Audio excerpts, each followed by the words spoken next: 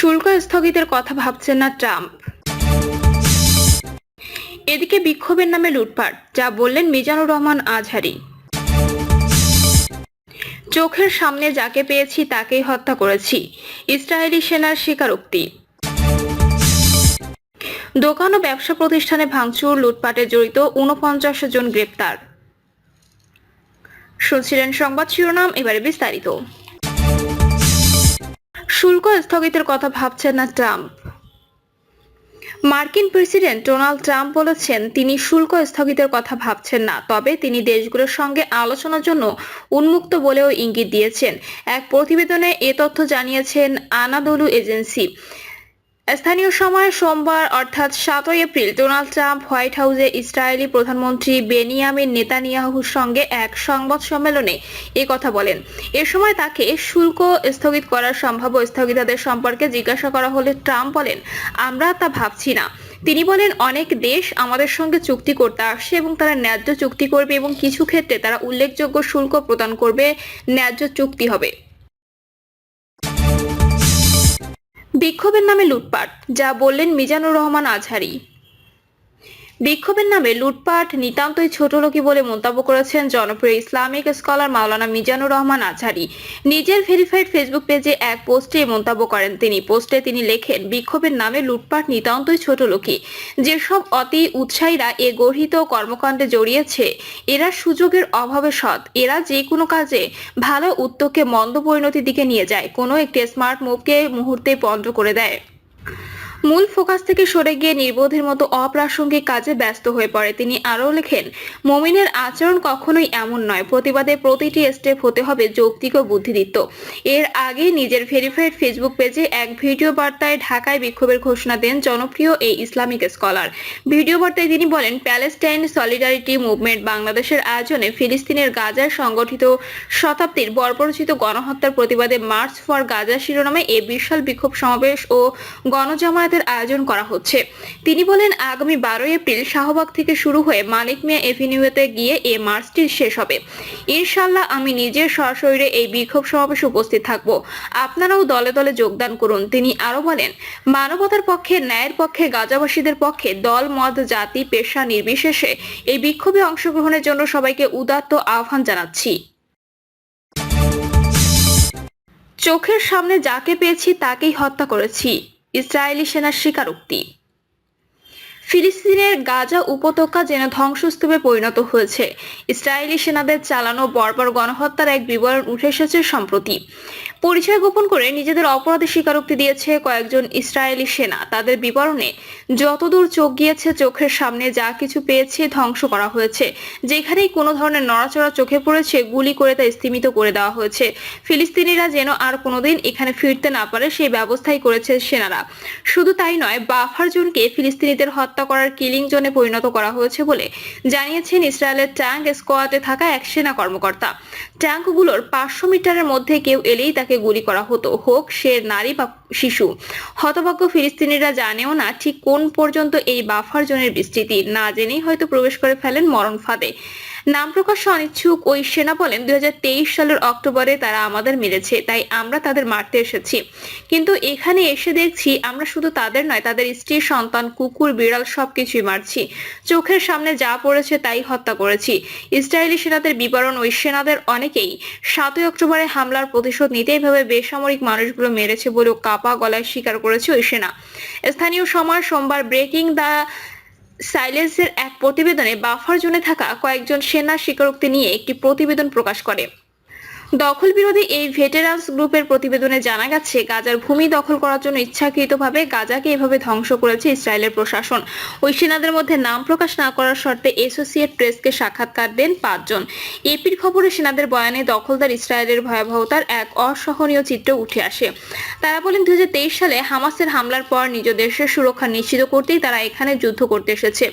অবিরাম বোমাবর্ষণ আর স্থল অভিযানে গাজার প্রায় সবগুলো শহর ও নগর ধ্বংস করা হলেও বাফার জোনের ধ্বংসযজ্ঞের ভয়াবহতা সবকিছুকে হার মানিয়েছে। যুদ্ধের প্রথম দিকে সীমান্তের নিকটবর্তী গাজার ১ কিলোমিটারের বেশি এলাকায় বাস করা ফিলিস্তিনিদের জোর করে সরিয়ে একটি বাফার জোন তৈরি করে ইসরায়েলি সেনারা। এজন্য সেখানে থাকা সব স্থাপনা ধ্বংস করে দিয়েছে তারা। ইসরায়েলি সৈন্যরা নেতজারিম করিডোর নামে পরিচিত গাজার একটি বিশাল ভূমিও দখল করেছে। এই করিডোরটি গাজা সিটি সহ উত্তরাঞ্চলকে সংকীর্ণ ও উপকূলীয় উপত্যকাটির বাকি অংশ থেকে বিচ্ছিন্ন করেছে।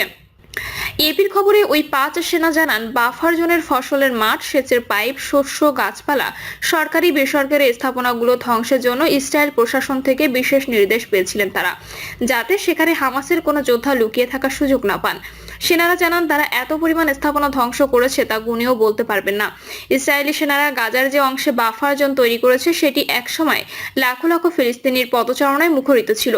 গাজার কৃষিকাজের জন্য এই ভূমি ছিল অত্যন্ত গুরুত্বপূর্ণ। স্যাটেলাইটের মাধ্যমে দেখা যায় ওই এলাকাগুলোর কিছুই আর অবশিষ্ট নেই, পুরোপুরি ধ্বংসস্তূপে পরিণত হয়েছে বাফার জোন। যুদ্ধবিরতি চুক্তি ভেঙে গত 18 মার্চ নতুন করে গাজায় সামরিক অভিযান শুরু করলে বাফার জোনে অতিরিক্ত আরো সেনা মোতায়েন করে ইসরায়েল।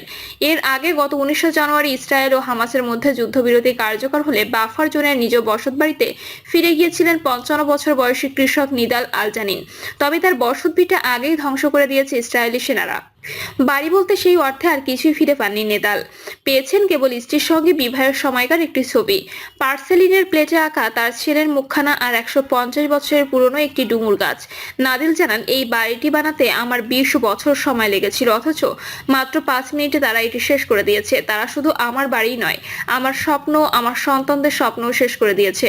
ওই আর্তনাদে কেবল নাদিলের একার নয়, গাজা উপত্যকার প্রতিটি মানুষের স্বজন, সম্পদ, আশ্রয় সব হারিয়ে নিঃস্ব গাজাবাসী। যুদ্ধবিরতির পর নিজ বাড়ি ধ্বংসস্তূপের ওপরেই তাঁবু টানিয়ে থাকতে শুরু করেছিলেন নাদিলের মতো অনেক ফিলিস্তিনি, কিন্তু অভাগাদের কপালে তাও সইল না। যুদ্ধবিরতি নিয়ে টানা টালবাহানার মধ্যে 18 মার্চ ভোররাতে সেহেরির সময় অসহায় গাজাবাসীর ওপর পূর্ণ মাত্রায় অভিযান চালানোর আদেশ দেন ইসরায়েলের প্রধানমন্ত্রী বেনিয়ামিন নেতানিয়াহু। আবার প্রাণ ভরে এদিক ওদিক ছুটে বেড়াচ্ছেন ফিলিস্তিনিরা। নতুন করে চালানো এসব হামলায় অন্তত 1335 জন ফিলিস্তিনি নিহত ও 3297 জন আহত হয়েছেন বলে নিশ্চিত করেছেন হামাস শাসিত গাজার স্বাস্থ্য মন্ত্রণালয়। দোকান ও ব্যবসা প্রতিষ্ঠানে ভাঙচুর, লুটপাটে জড়িত 49 জন গ্রেপ্তার।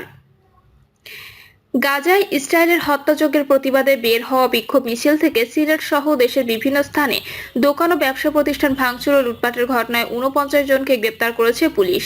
সকালে পুলিশ সদর দপ্তরে এআইজি এনামুল হক সাগর এ তথ্য জানিয়েছেন।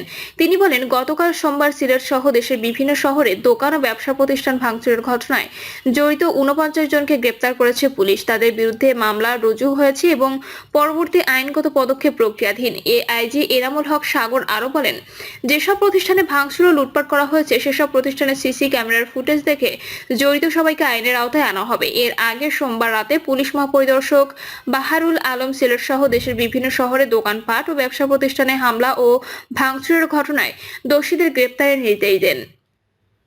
আইজিপি বলেছেন, আমাদের কাছে হামলাকারীদের ভিডিও ফুটেজ রয়েছে, তাদের শনাক্ত করা হচ্ছে এবং অতি দ্রুত গ্রেপ্তার করা হবে।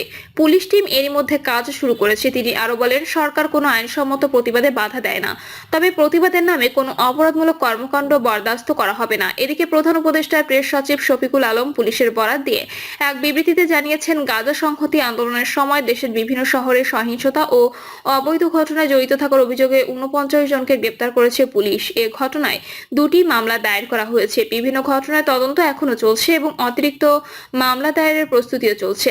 বিবৃতিতে বলা হয়, সহিংস ঘটনায় জড়িতদের বিরুদ্ধে দ্রুত পদক্ষেপ নিয়েছে বাংলাদেশ পুলিশ। এই হামলা ও ভাঙচুরের ঘটনা জননিরাপত্তা ও আইনের শাসনের প্রতি চরম অবমাননা। এসব ঘটনায় জড়িত দায়ী ব্যক্তিদের বিচারের আওতায় আনতে দৃঢ় পদক্ষেপ হিসেবে সোমবার রাতে অভিযুক্তদের ধরতে অভিযান পরিচালনা করেছে পুলিশ। পাশাপাশি আন্দোলনের সময় ধারণ করা ভিডিও ফুটেজ পর্যালোচনা করে আরও জড়িতদের শনাক্ত করার কাজও চলছে। এই অভিযান চলতে থাকবে যতক্ষণ না সহিংসতা ধ্বংসযজ্ঞের সাথে জড়িত সবাইকে আইনের আওতায় আনা যায়। প্রিয় দর্শক, এই ছিল এখনকার সর্বশেষ সংবাদ। আপডেট সব সংবাদ পেতে চ্যানেলটি সাবস্ক্রাইব করে বেল আইকনটি ক্লিক করে রাখুন।